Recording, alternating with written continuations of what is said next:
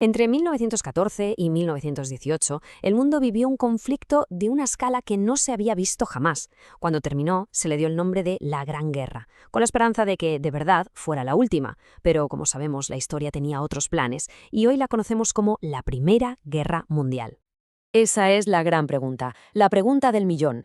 ¿Qué fue lo que falló? ¿Por qué esa catástrofe no sirvió de lección definitiva? ¿Cómo es posible que, en lugar de cerrar una era de conflictos, lo que hiciera fuera abrir la puerta a otro todavía peor apenas 20 años después? Vamos a verlo.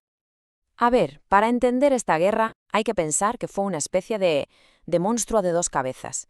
Por un lado, era la última guerra antigua, con tácticas de siglos pasados, como la caballería con lanzas, pero, a la vez, y esto fue lo terrible, fue la primera guerra moderna. La revolución industrial ya había llegado a las armas y desató un poder destructivo que nadie podía ni imaginar. Y ojo, que la guerra no apareció de un día para otro, ni mucho menos. Lo que pasó en 1914 no fue una sorpresa, fue más bien la explosión inevitable de un montón de tensiones que llevaban décadas acumulándose. Europa era literalmente un polvorín. El ambiente estaba, digamos, cargadísimo, y por tres motivos principales. Primero, había un montón de disputas por fronteras y territorios. Segundo, una competencia brutal por ver quién se quedaba con más colonias en África y Asia. Y tercero, un nacionalismo cada vez más agresivo que envenenaba cualquier relación entre países. Estas tensiones territoriales eran como minas a punto de estallar por todo el mapa. Francia no perdonaba a Alemania haberle quitado Alsacia y Lorena. Italia reclamaba territorios de habla italiana que seguían en manos del Imperio Austrohúngaro. Y en los Balcanes, chocaban directamente dos gigantes como Austria-Hungría y Rusia. Y a todo este lío, súmale la competencia colonial. Alemania era una potencia nueva que había llegado tarde al reparto del mundo y se sentía, pues, estafada. Veía los enormes imperios de Gran Bretaña y Francia y reclamaba lo que llamaba su lugar bajo el sol. Quería más colonias, más recursos y estaba claro que no iba a pedirlos por favor. A este periodo, fíjate qué nombre, se le conoce como la paz armada.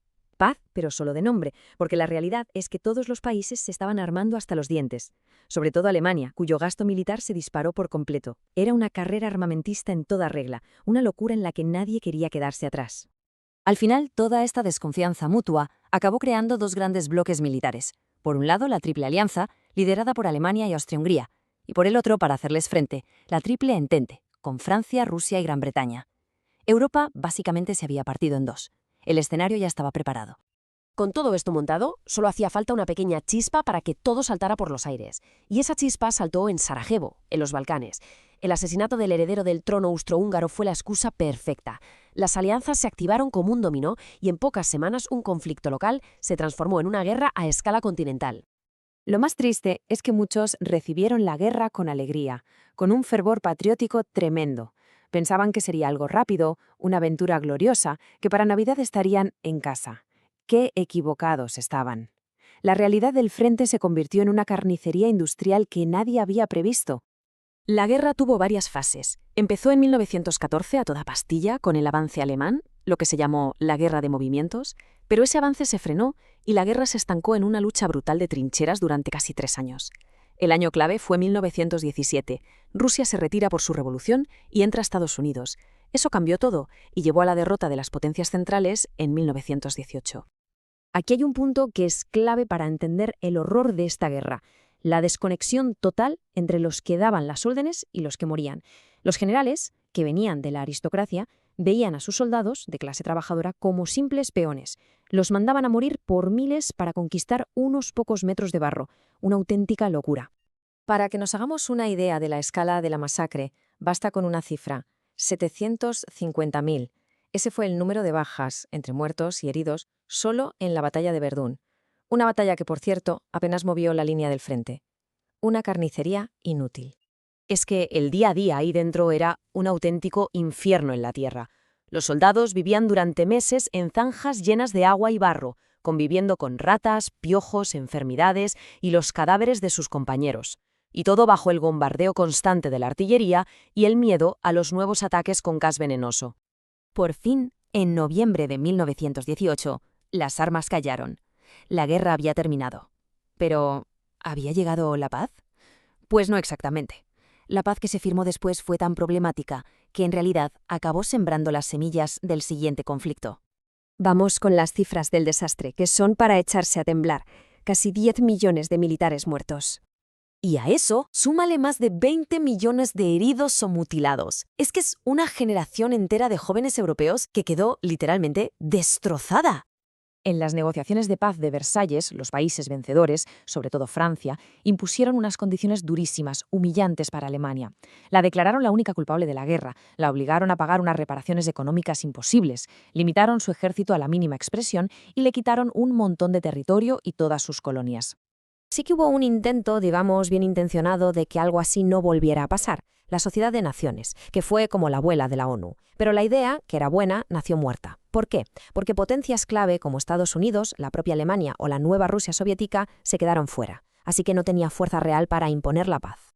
El resultado de todo esto es que los acuerdos de paz, en lugar de cerrar heridas, abrieron otras nuevas y mucho más profundas.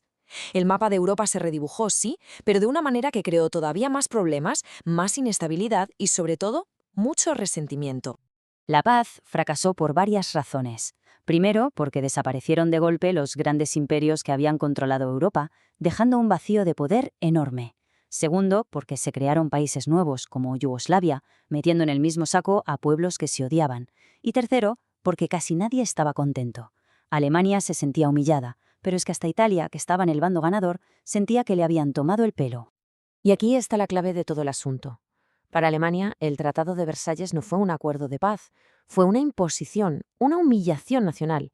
Este sentimiento de agravio, este deseo de revancha, se convirtió en el caldo de cultivo perfecto para que surgieran movimientos políticos extremos que prometían devolverle a Alemania el orgullo perdido.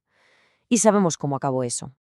Esta frase, de verdad, lo resume a la perfección. La llamamos Primera Guerra Mundial solo porque después vino una segunda. Y hubo una segunda porque la primera, en realidad, nunca se cerró del todo. Se dejó la herida abierta, infectada, lista para estallar de nuevo.